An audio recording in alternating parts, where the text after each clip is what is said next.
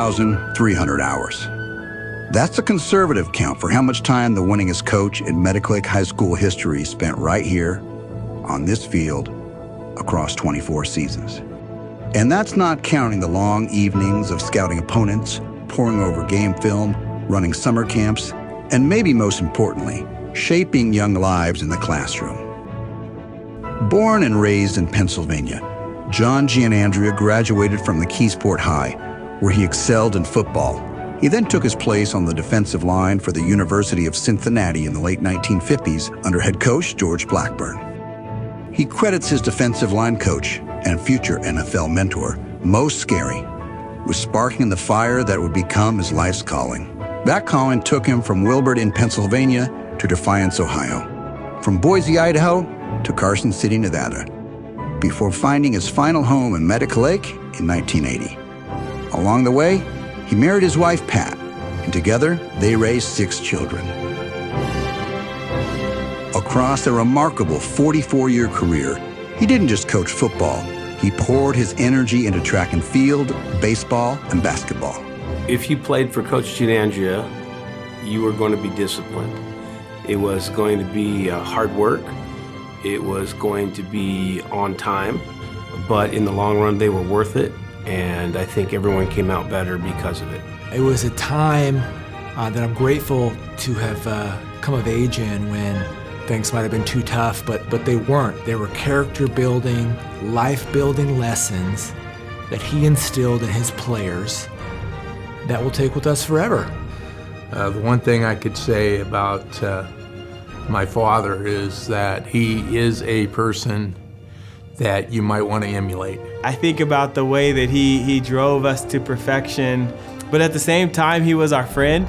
At Medical Lake, he built 13 winning seasons, compiling a record of 124, 104, and 2, 5 league championships, 10 playoff appearances, a third-place finish as state in 1997, a second-place finish in 1991. League Coach of the Year 5 times, 91, 93, 97, 98, and 2003. He had that personification of someone if you messed with, he would call his family back from Sicily and bring them in to take care of you if you did something wrong.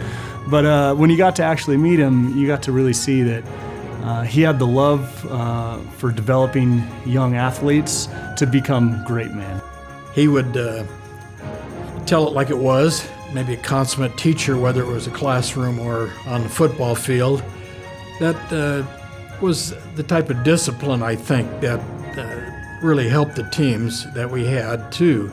I look at other programs, the ones my kids were in, and it pales in comparison to the program here at Medical Lake that was started when he came here.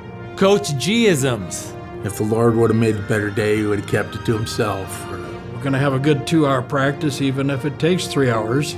You know, all weather's football, weather or not. Beach weather. Hey, quit standing there, you're killing the grass. That's 50.